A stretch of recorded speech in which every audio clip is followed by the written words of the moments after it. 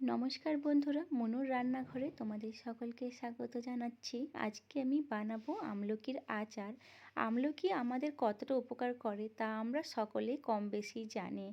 আমলকি আমাদের চুল আর ত্বকের জন্যে কতটা যে উপকারী তা বলে বোঝাতে পারবো না। আমলকি খাওয়া প্রতিদিন হয়তো হয় না, যারা আমলকি প্রতিদিন খায় তাদের তো চুল আর ত্বক ভীষণই ভালো। এরপরে অনেকের খাওয়া হয় না, কিন্তু এইভাবে যদি আমরা আচার বানিয়ে রাখি তাহলে কিন্তু বাড়িতে থাকলে আচার আমরা কম বেশি সকলেই খেতে ভালোবাসি। তাছাড়াও পরোটা, রুটি এরকম নানারকম কিছুর সাথেও খাওয়া হয়ে যায়।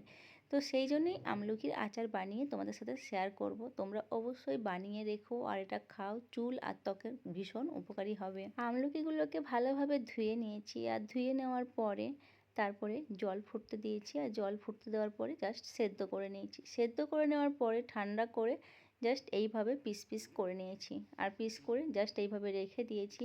এরপরে বানাবো মশলা। কিভাবে ওই আমলকির জাস্ট যে চাটনিটা বানাবো আচার, তো তার মশলা বানাবো। তো এখানে আমি সর্ষে নিয়েছি, আর সর্ষের সাথে যে যে মশলাগুলো নিচ্ছি সেই মশলাগুলোই তোমার সাথে শেয়ার করছি। আমি একটা ফ্রাইং প্যান এখানে গরম করে নিয়েছি, আর গরম করার পরে এখানে নিচ্ছি সর্ষে, জিরে, ধনে, পরিমাণ মতো কিন্তু এইগুলো নিতে হবে। মেথি নেব, মেথিটা খুব বেশি নেব না, কারণ এটা তেতো তেতো হয়ে যায় যদি বেশি নেওয়া হয়।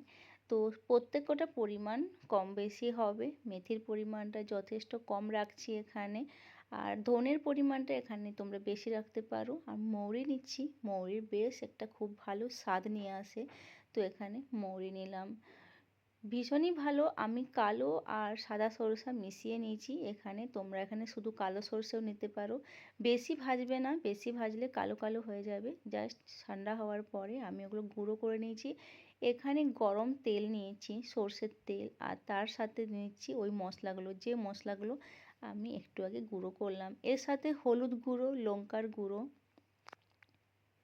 নুন, হিং, এইগুলো দেওয়ার পরে ভালোভাবে মিক্স করে নিতে হবে।